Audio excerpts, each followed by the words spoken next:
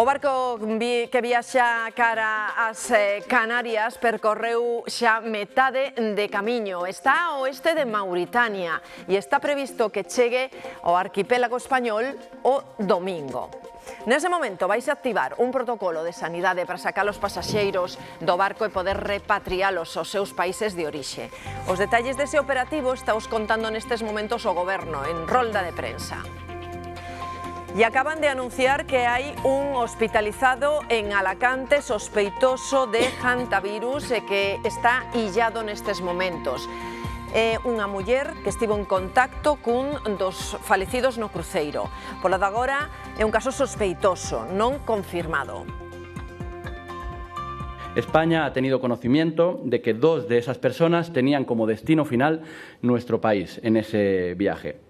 Tras contactar con una de ellas, ha referido síntomas compatibles, principalmente síntomas relacionados con tos, bienestar general, mientras se encontraba en su domicilio familiar en Alicante.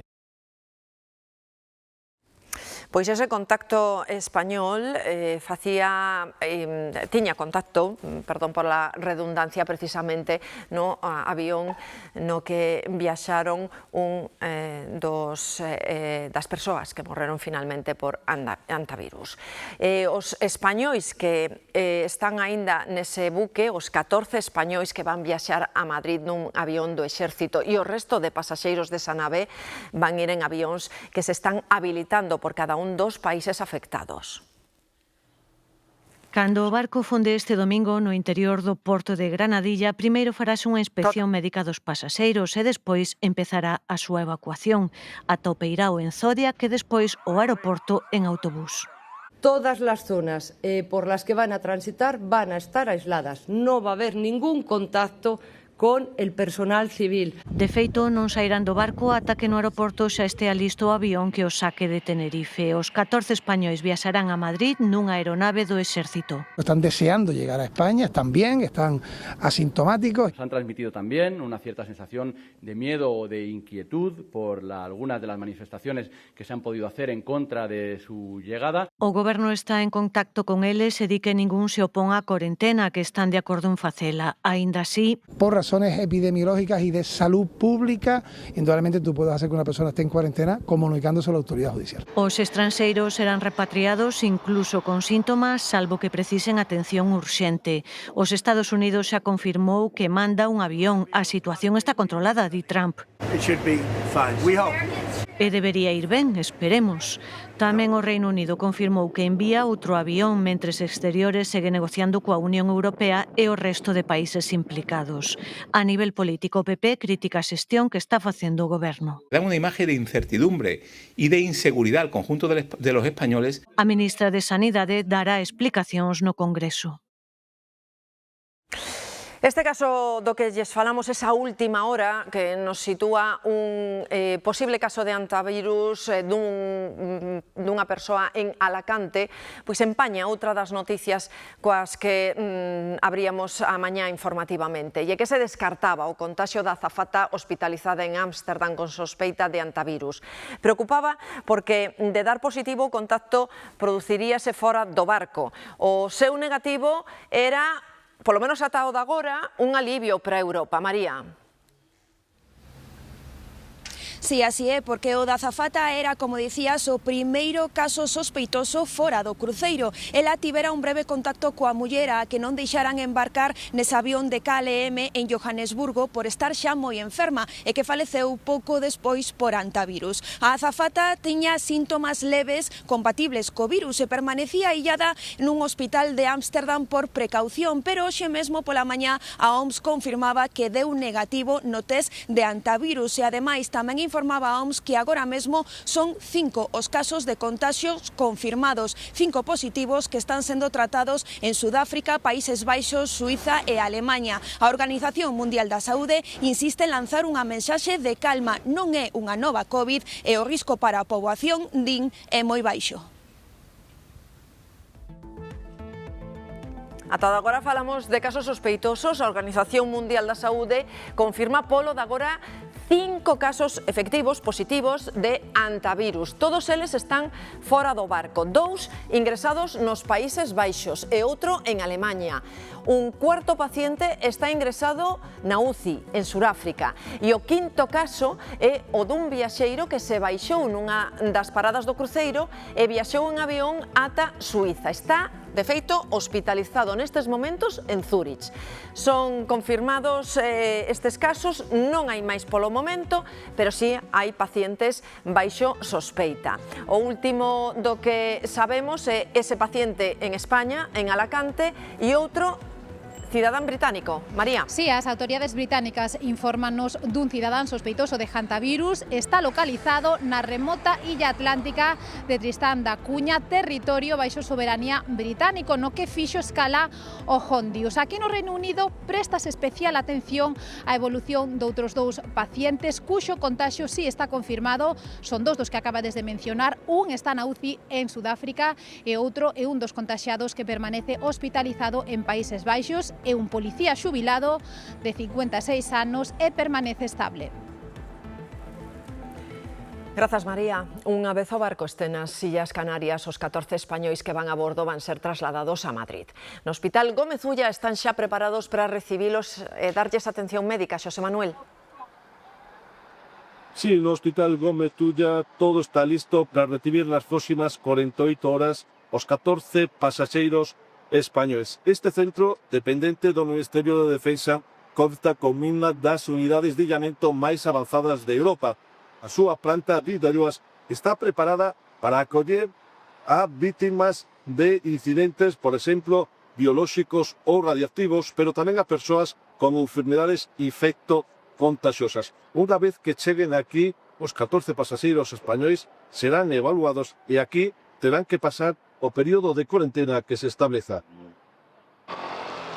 En principio, non estar contagiados os pasaxeiros españois utilizarán unha planta específica, non na de illamento especial, onde só ingresarían se tivesen síntomas. Y de entrada irían a una planta específica para este tipo de pacientes.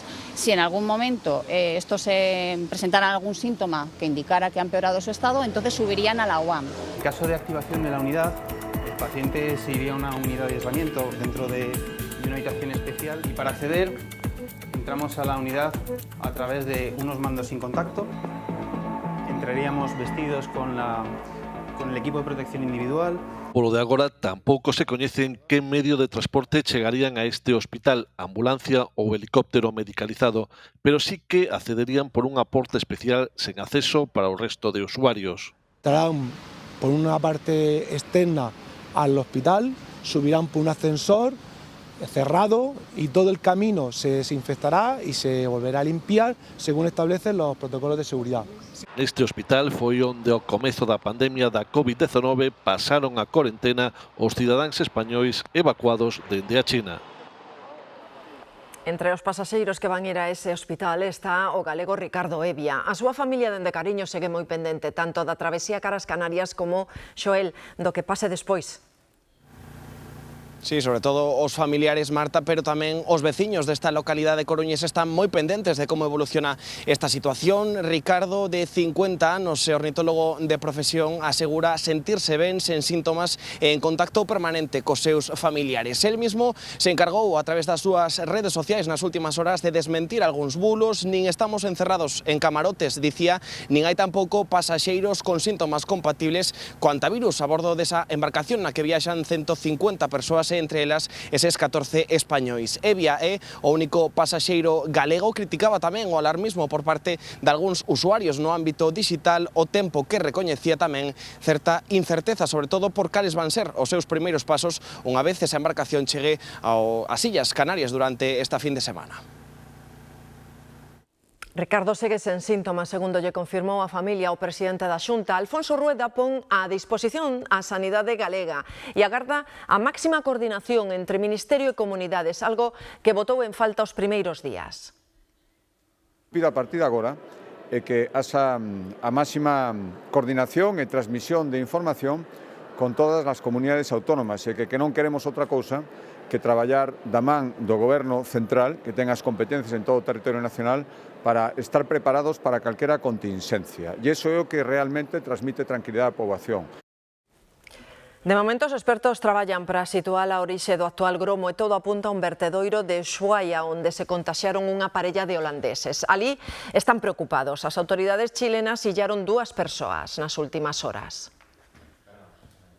O gromo de antivirus abarca 3 continentes. Na Argentina, a investigación apunta a que a orixe do actual está nun vertedoiro de Ushuaia, onde se infectou unha parella de holandeses mentres facía unha excursión para observar aves, ignorando que se expoñían ao contacto directo con ratos portadores do virus.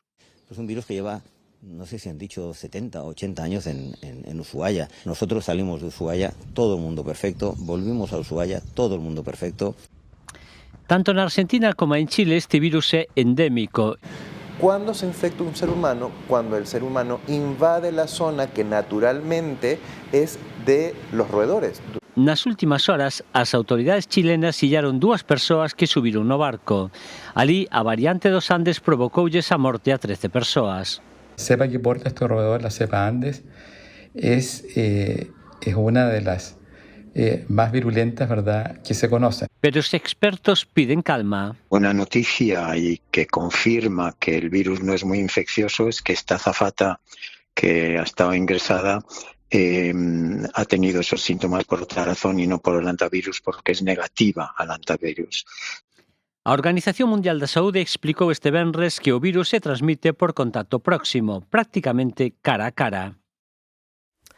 Os médicos galegos volven facer probas e operacións polas tardes. Son as chamadas peonadas que permiten reducir as listas de espera.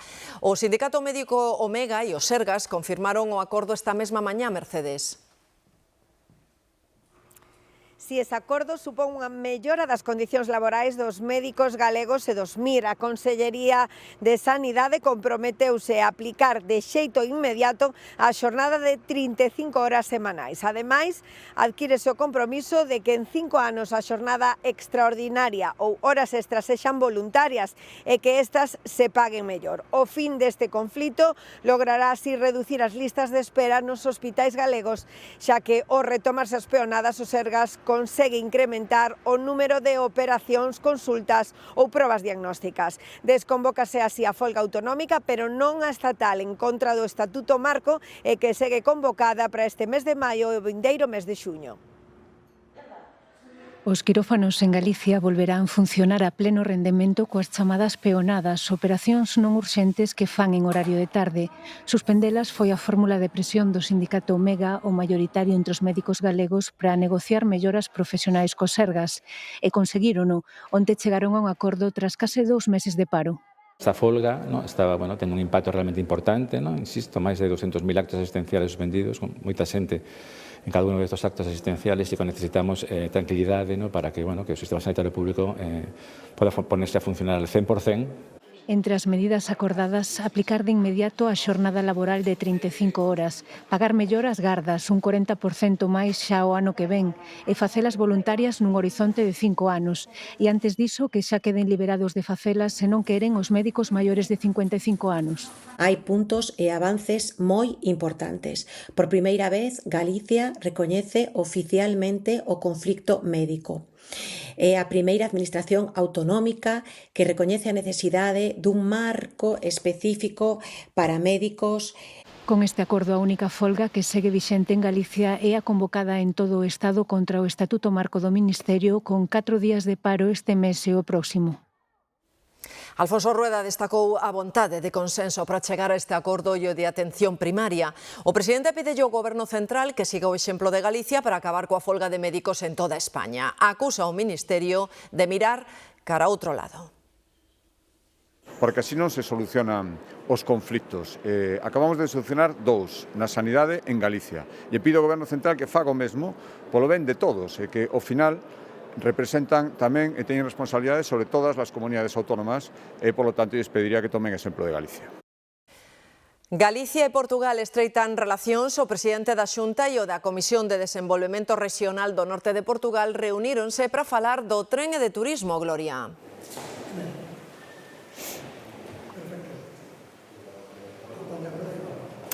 Si, Marta, efectivamente, Alfonso Rueda pediulle hoxe unha vez máis ao Goberno Central que cumpra a súa palabra e que axilice o inicio desas obras dese tren, dese AVE que vai unir a Galicia co país veciño. Na xuntanza doxe, Portugal ratificou o seu compromiso de ter rematadas as obras do treito portugués no 2033. Ademais, este mediodía, Alfonso Rueda e Álvaro Santos tamén acordaron seguir promocionando o Xacobeo ás portas do Ano Santo. Os dous camiños que comezan en Portugal medraron moito nos últimos anos e o obxectivo é seguir mantendo esa senda de crecemento. Santiago, Coruña e Vigo van participar nas reunións coas compañías aéreas para deseñar conxuntamente as futuras rutas aeroportuarias. Confirmou no AENA na reunión que mantiveron hoxe. De cara al futuro, en las reuniones con las compañías, también la propia grupo de coordinación y los ayuntamientos van a participar de una manera adecuada para intentar traer esas rutas, ¿no? E xa é oficial, este ano a Xunta convoca 1.259 postos de funcionario. Os prazos para presentárense e os temarios iránse publicando nas próximas semanas. Ademais desas prazas de acceso libre, vanse convocar outras de promoción interna e para organismos diferentes da Xunta, pero que dependen dela. Tras 27 anos como rexedor, o alcalde de Pontevedra, o nacionalista Miguel Anxo Fernández Lores, aspira a seguir gobernando a cidade. Esta mañá confirma a súa candidatura polo BNG para os vindeiros comicios. Que tiña na mente, na miña cabeza, un proxecto para 8 ou 10 anos. Pois ben, ese proxecto sigue en marcha, ese proxecto está en marcha, polo tanto non está acabado e polo tanto me presento, non? E os socialistas galegos continúan coas súas críticas pola moción de censura en Lugo. Os populares creen que teñen medo a que alguén levante as alfombras. É dicir, porque o ten feito, porque aparte a señora Candia acaba de arrebatar a alcaldía de Lugo como fixo tamén no seu día coa Diputación. E o primeiro que fai é levantar as alfombras. O que me resulta enormemente preocupante é que a secretaria de organización dos socialistas galegos, exalcaldesa de Lugo, considere que hai alfombras que levantar. En todo caso, ela saberá o que agachou nesas alfombras. Preto de 50 toneladas de cocaína e 77 persoas detidas é o balance das operacións de dúas operacións de Garda Civil. A máis importante foi a intercepción do buque Arconian que agochaba nas súas bodegas ata 30.000 kilos de droga. O ministro do Interior din que estas operacións supoñen un salto estratéxico no xeito de abordar a loita contra o crime organizado. A primeira das operacións desenvolveuse a mediados de abril nunha ampla zona do Océano Atlántico comprendida entre os arquipélagos dos Azores e das Canarias. Foron interceptadas 18 embarcacións que transportaban en conxunto máis de 10 toneladas de cocaína e 8 de haxix. Máis de 50 persoas foron arrestadas, a maioría delas en mar aberto. O resultado das últimas operacións supón para o ministro do Interior, Fernando Grande Marlasca, un avance estratéxico decisivo na loita contra o crime organizado transnacional. Tenemos inteligencia y capacidades para desarrollar operaciones integrales capaces de golpear de manera simultánea sus rutas de transporte, sus infraestructuras logísticas y también sus mecanismos de financiación. Hai 7 días, na adega do mercante Arconian, interceptado ao sur de Canarias, interveuse un alixo maior. 30 toneladas de cocaína distribuída en máis de 1.200 fardos e 42.000 litros de gasolina para abastecer as lanchas encargadas de alixar a droga nalgún punto do Mediterráneo. Que son organizaciones con un importante capital económico ilícito, pero capital económico y con esa posibilidad de infiltrarse en las infraestructuras logísticas. As 23 persoas que ian a bordo do Arconian ingresaron xa en prisión provisoria por orde da Audiencia Nacional. Un garda civil morreu durante a persecución dunha narcolancha nas costas de Huelva. A morte produciuse ao chocar en dúas embarcacións do Servizo Marítimo da Garda Civil cando ían detrás dos traficantes a unhas 80 millas da costa. Ademais do falecido, outros 2 axentes quedaron feridos graves e un terceiro ferido leve. E outra operación antidroga en Vigo xulgan a 4 acusados de introducir 650 kilos de cocaína en palés de bananas que entraron polo Peirao. Na primeira xornada do xuízo, as defensas solicitaron a nulidade das probas por irregularidades na investigación. Mónica. Si na primeira xornada deste xuízo, os abogados da defensa solicitaron a nulidade por irregularidades dos axentes encubertos durante a investigación. Din que mantiveron contacto directo co xefe da organización criminal e mesmo que o incitaron a levar a cabo a operación para que a droga chegara ao seu destino. Os 4 procesados que sentan hoxe no banquillo están acusados de introducir cocaína en palés de bananas desde América do Sur a través do Porto Vigués. A Fiscalía pide para eles 12 anos de prisión e unha multa de 100 millóns de euros. O xuízo continuará a próxima semana aquí na Audiencia Provincial con sede en Vigo. Abrir las vías respiratorias, a partir de aquí, si tuvieran que iniciar una RCP, nada, se colocarían sobre el muñeco e iniciarían la maniobra de RCP. Vale, ahí estarían haciendo una maniobra de RCP mientras no lleguen los servicios sanitarios. Vale, esto es lo que aprenden a hacer los agentes cuando llegan a una emergencia. Son as clases de primeiros auxilios que reciben os axentes da Garda Civil. A Comandancia de Pontevedra foi pioneira en toda España en incorporar esta formación. Unhas leccións que na rúa salvan vidas. Acaban de facelo no Porriño, onde uns axentes mantiveron con vida unha muller durante 25 minutos, ata que chegou a ambulancia. Luís, o da esquerda, estaba de día libre, pero acompañara a Eduardo a un café no polígono de Torneiros. Unha moza chegou pedindo axuda. Alborotada, toda nerviosa, que su madre estaba tirada en el suelo. Salimos inmediato de aquí, claro, 10 metros de aquí, llegamos al lugar y estaba morada la señora, estaba tirada en el suelo y tenía la boca ensangrentada. Cuando vimos que no tenía pulso ni respiración, directamente ya la RCP, porque eso es crucial.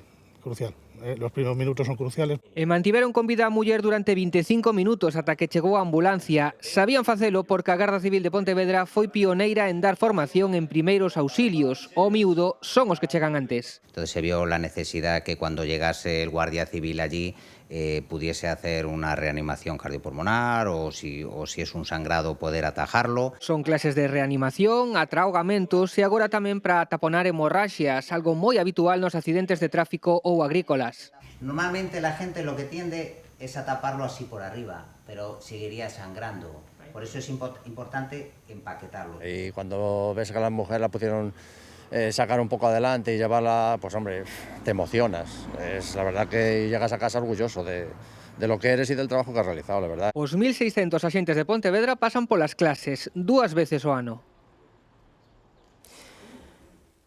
Ollo a última modalidade de calote que aparece por primeira vez en Galicia, en o que xa caeu polo menos unha muller de 71 anos en Ponteareas. O seu erro seguir as indicacións dunha suposta comandanta da Garda Civil. Contanos a historia sen dar a cara nin tan sequera voz, porque está comida pola tristura de quen se sente imbécil e culpable aínda sen selo. Nadie está exento de ser víctima dun ciberdelito. Que esos mensajes juegan mucho con las emociones, con la prisa, con la inmediatez. Cuando a uno le dicen que le han accedido a su cuenta bancaria y que se va a producir una transferencia de X dinero, lo que queremos hacer es bloquearla y pararla. Entonces ellos aprovechan esos momentos de tensión.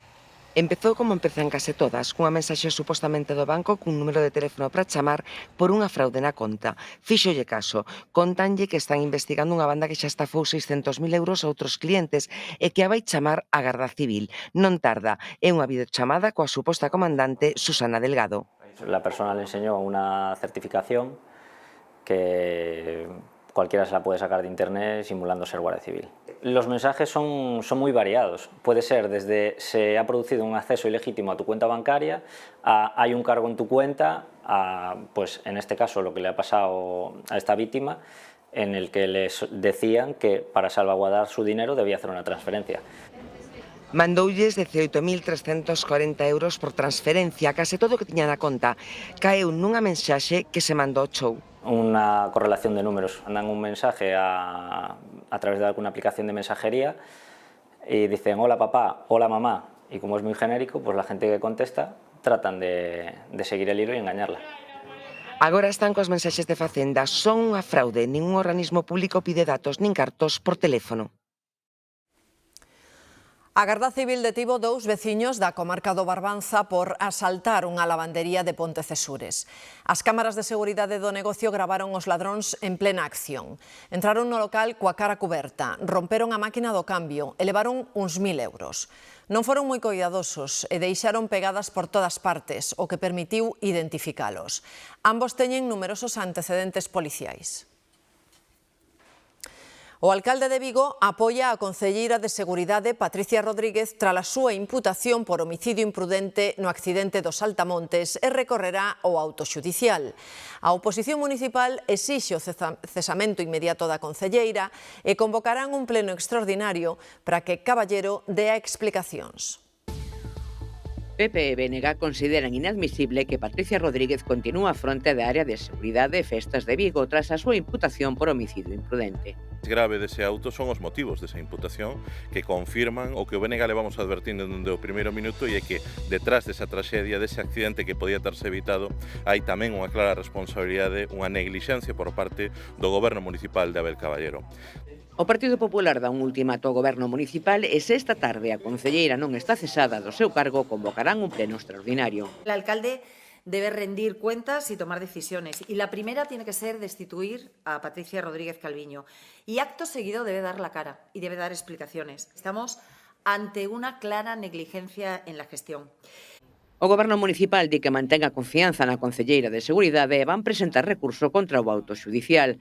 Tamén vai recorrer o auto a familia do falecido. Aínda que están satisfeitos coa imputación da concelleira e do propietario da atracción, non están de acordo co sobreseemento das imputacións contra o presidente da Comisión de Festas e do xefe de Seguridade do Concello, que tamén asinou a resolución que impedía a posta en marcha da atracción. Xa empezaran as festas cando se ditou esa resolución por parte do Concello. O sea, se tanto a concelleira e tanto o xefe de servicio actuaron tarde e mal.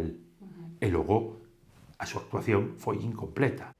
No accidente dos Saltamontes nas festas de Matamá en agosto de 24 perdeu a vida o mozo Iván Castaño ao se desprender un brazo hidráulico da atracción. Condenado a 20 anos de cárcere o autor do asasinato dun mozo de Salceda de Caselas en xuño do 2019. A sentenza destaca que o xurado popular considera aprobado que o mozo faleceu a causa das feridas que lle causaron as puñaladas que lle perforaron o corazón con aleivosía. Florian Rama fora detido no Reino Unido 4 anos despois dos feitos cando asasinou o mozo na terraza dun bar en Salceda de Caselas. Alfonso Basterra quedou sen o permiso penitenciario de 4 días que lle concederan por decisión da Audiencia de Salamanca, que atende así o recurso presentado pola Fiscalía. A Audiencia denégalle o que sería o seu primeiro permiso por consideralo prematuro e inxustificado, xa que Basterra aínda non cumpriu 3/4 da pena de 18 anos que lle impuxeron polo asasinato da súa filla. A sala deixa sen efecto a saída concedida polo xuíz de vixilancia penitenciaria pola extrema gravidade do seu delito e porque segue negando os feitos. Basterra non cumprirá a totalidade da súa condena ata setembro do 31. O CIS Madeira renova por 4 anos o convenio de colaboración coa Catedral de Santiago para a conservación e a restauración dos elementos de madeira da construción, respetando as estruturas orixinais. Asinábano esta mañá a conselleira de Industria e o director da Fundación Catedral de Santiago. Para nós é un auténtico prazer poder colaborar co patrimonio histórico e cultural de Galicia e poder dicir que os nosos técnicos pois van a formar parte da mellor conservación e rehabilitación desta catedral e de toda a súa edificación. Están a punto de empezar xa as estruturas de andamio visto ao exterior da catedral, da torre do reloxo, veremos automáticamente que hai que traballar coa madeira, hai que estudiar e hai que pensar incluso estruturas. Hoxe cúmprese un ano da proclamación de León XIV como Papa da Igrexa. Neste tempo, Robert Prevost xa deixou mostras do seu carácter moderado e conciliador, pero firme na defensa dos principios do catolicismo. Din que non ten o carisma de Francisco nin o calado intelectual de Bieito, pero un ano despois de ser elixido para sentar na cadeira de Pedro, León XIV demostrou que a súa prudencia non está pelexada coa firmeza. Este agostiño, nado en Chicago hai 70 anos, de ascendencia francesa, italiana, dominicana e española, e experiencia misioneira no Perú, país do que tamén ten pasaporte, non dubidou en cualificar de inaceptable a ameaza de Donald Trump de reducir Irán a cinzas no contexto da guerra. O presidente norteamericano respondeulle dicindo que este é un papa débil sen peso ningún na política exterior. Pero León non se achantou e dixo que non lle ten medo a Trump e que a súa única política é a de axudar a construir a paz. En menos dun mes, o pontífice visitará España nunha viaxe de 6 días e máis de 20 actos oficiais que non pasará por Galicia. Nos 12 meses que leva a cabeza da Igrexa, produciuse unha repunta do catolicismo nos Estados Unidos. A caridade e a busca da verdade son os eixes do seu labor pastoral. A espera da súa primeira encíclica, León XIV xa deixou mensaxes de reconciliación e unidade en lugares como a Turquía ou o Líbano. O barco que viaxa cara ás Canarias xa percorreu a metade do camiño. Está no oeste de Mauritania e está previsto que chegue ao arquipélago o domingo. O Ondius leva xa 24 horas de travesía dende que deixara Cabo Verde. As últimas informacións dende o barco aseguran que ningún pasaxeiro presenta síntomas de antivirus. A OMS confirmou 5 casos positivos dos 8 sospeitosos.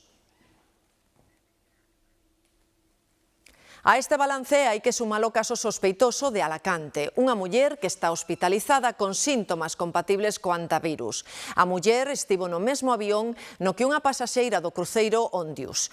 Esa pasaxeira, que estaba un par de filas por diante, acabou morrendo a causa da enfermidade. Estiveron pouco tempo en contacto, pero aínda así puido contaxiala. Por este motivo, está hospitalizada e illada, como dicimos, en Alacante. Sanidade confirma un caso positivo en Alacante, está hospitalizado e illado. España ha tenido conocimiento de que 2 de esas personas tenían como destino final nuestro país en ese viaje. Tras contactar con una de ellas, ha referido síntomas compatibles, principalmente síntomas relacionados con tos, bienestar general, mientras se encontraba en su domicilio familiar en Alicante. Cando o barco fonde este domingo farase unha inspección médica dos pasaxeiros, logo iniciarase a súa evacuación, primeiro ata o Peirao en barca e despois o aeroporto por estrada.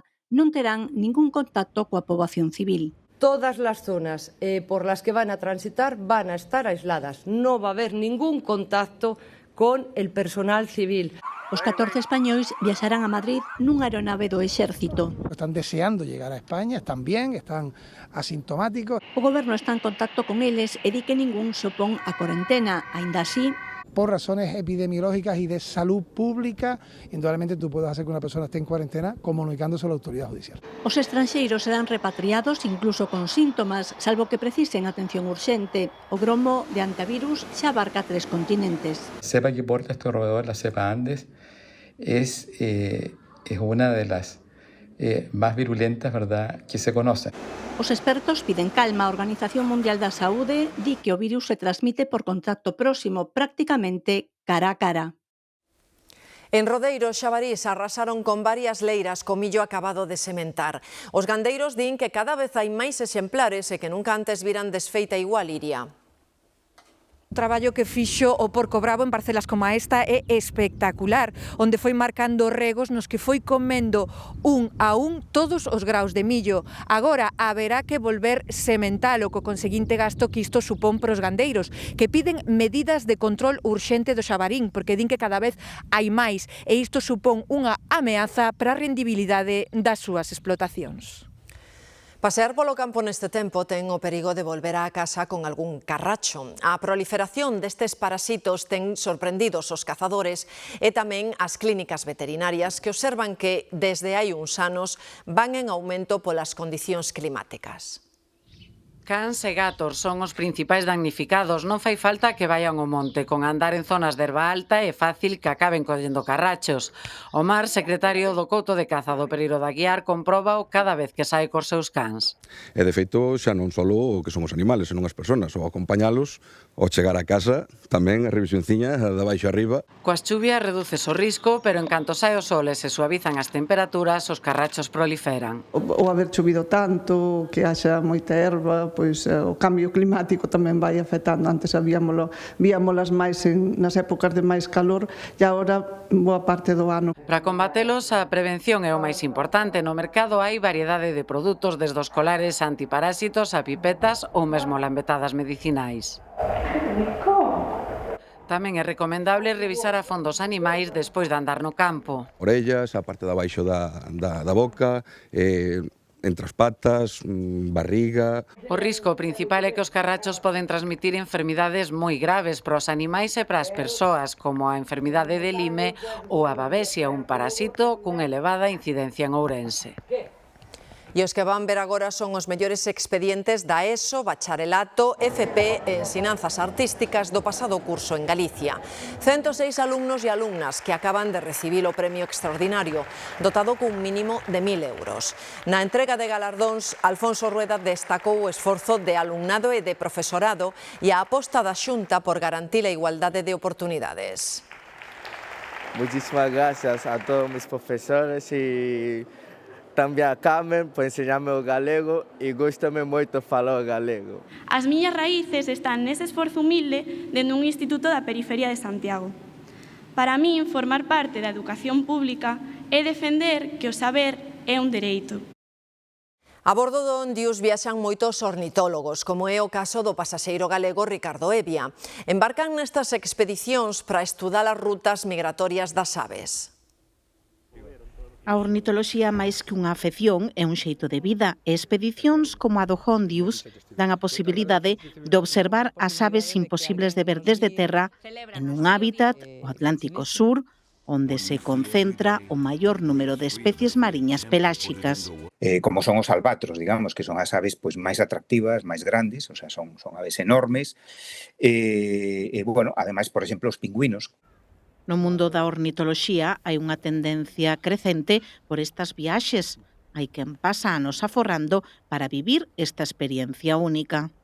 Van a permitir a detección e identificación de especies que nunca vamos a poder encontrar en ambientes como o noso. O turismo ornitolóxico está en alza e Galicia e os seus cabos son lugares privilexiados para observar as rutas migratorias das aves. Hai que ter en conta a posición de Galicia precisamente nesa esquina da Península Ibérica que se introduce de alguna maneira no Océano Atlántico, non?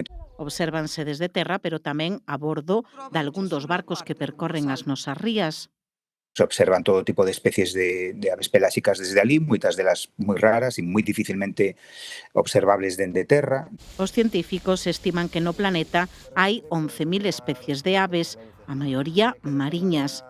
Moitas só observables desde mar aberto. A máis de poder observar os paxaros no seu hábitat, este tipo de cruceiros gábanse de ofrecer experiencias únicas na natureza polar. A maioría das actividades son fora do barco, nas zodiacs ou en terra. O que están vivindo nesta fin de travesía os viaxeiros do Hondius está nos antípodas do que caracteriza as expedicións que oferta a compañía holandesa Ocean White. Desde que se declarou o gromo de hantavirus, os pasaxeiros mantéñense illados nos camarotes e só poden saír a cuberta nos momentos establecidos e de maneira illada.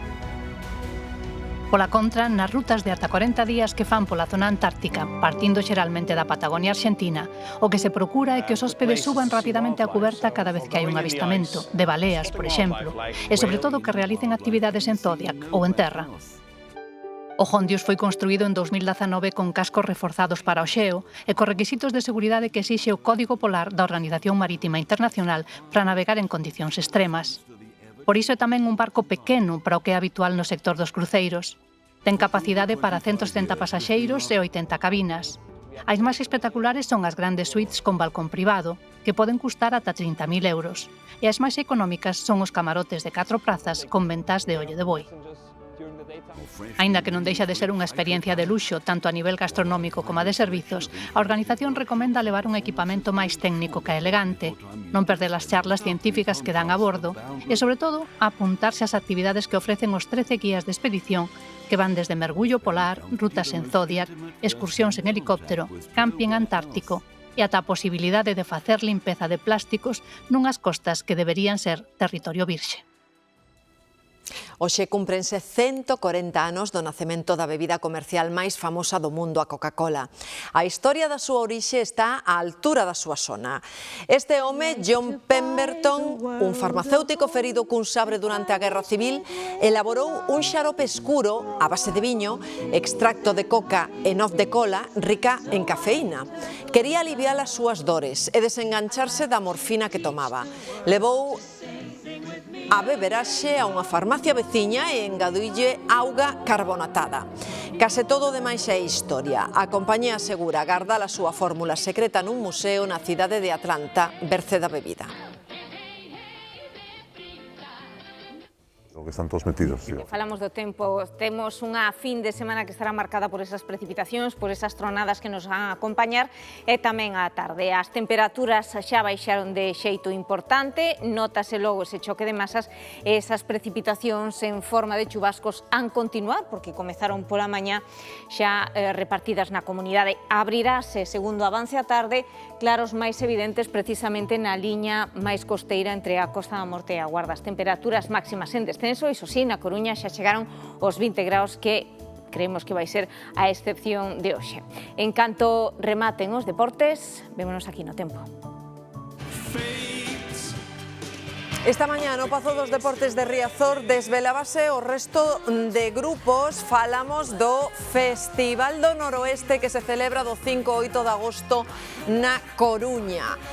Haberá formacións habituais dos festivais como Agorafobia ou Dorian e tamén moita música galega coas actuacións de SES ou Ruxe Ruxe. Música para todos os gustos no Festival do Noroeste en agosto na Coruña.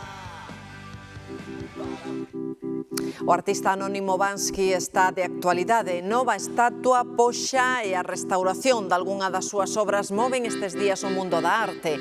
En abril, Bansky sorprendía en Londres con esta nova estatua. Tamén sairá a poxa ao óleo Nena con globo por 13 millóns de dólares. E outra obra, o mural Neno migrante, foi presentado onte despois dunha restauración. Nos marchamos. Ata o luns.